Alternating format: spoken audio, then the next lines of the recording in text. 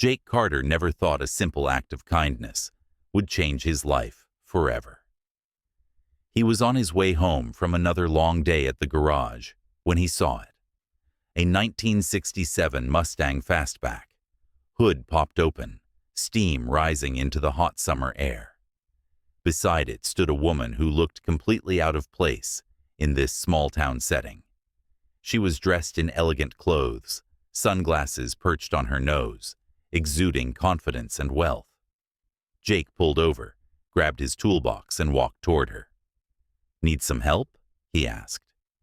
The woman took off her sunglasses, revealing striking green eyes. "I guess that depends. Are you a mechanic?" "Something like that," Jake replied with a smirk. She introduced herself as Olivia Hayes. "Just passing through. Just a car problem." But there was something about her. Something she wasn't saying. Jake quickly found the problem. A loose fuel line. A simple fix. In 10 minutes, the Mustang was running again. Olivia reached into her designer bag to pay him, but Jake shook his head. "Don't worry about it." She looked at him, almost confused. "People don't usually do things for free." "Well, I'm not most people," Jake replied. As she drove off, he had a strange feeling. This wasn't the last time he'd see her.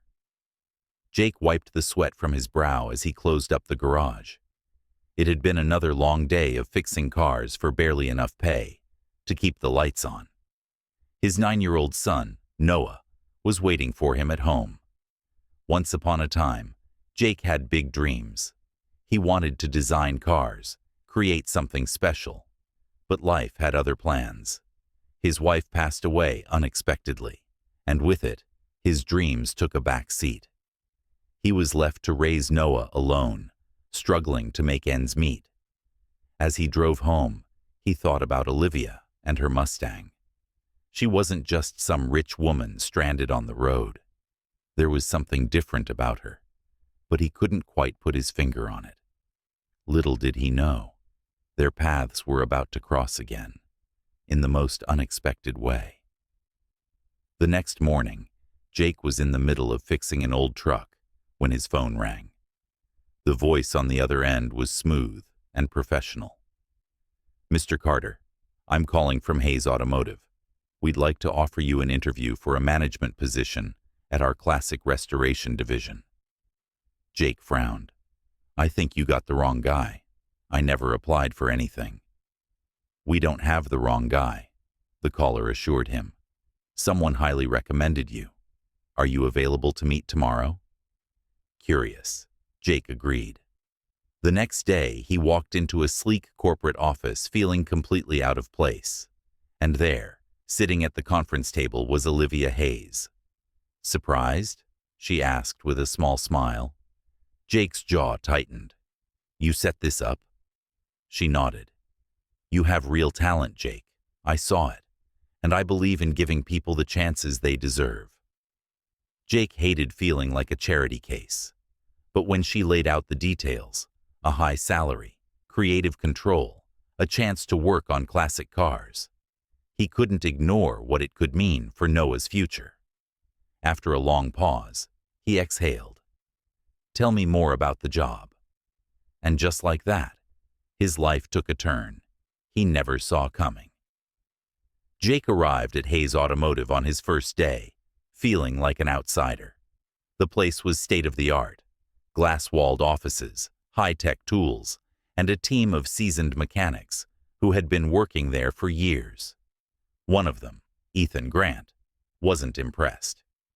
"So, you're the guy Olivia handpicked, huh?" he said with a smirk. "Let's see if you can actually do the work." Jake knew he'd have to prove himself. He got under the hood of a '69 Dodge Charger that had been sitting untouched. Within minutes, he figured out what was wrong and fixed it while the others watched. When the engine roared back to life, some of the mechanics nodded in approval. Even Ethan looked mildly impressed. But Jake's biggest problem wasn't in the garage. It was outside of it. Olivia's ex-husband, Victor Langley, had just learned about him. And Victor didn't like to lose. Victor Langley was rich, powerful, and ruthless, and he still saw Olivia as his possession. When he learned about Jake, he made his move. First, he fed a false story to the press, claiming Jake was just a nobody mechanic Olivia hired out of pity. Investors started questioning her decisions, and soon, Hayes Automotive was under scrutiny. Then, Victor took it a step further. He filed a bogus custody case against Jake, claiming he wasn't fit to raise Noah. Jake saw red. This isn't about custody. This is about control. But Olivia wasn't about to let Victor win. "We fight back," she said. "We prove them wrong." And so, they did.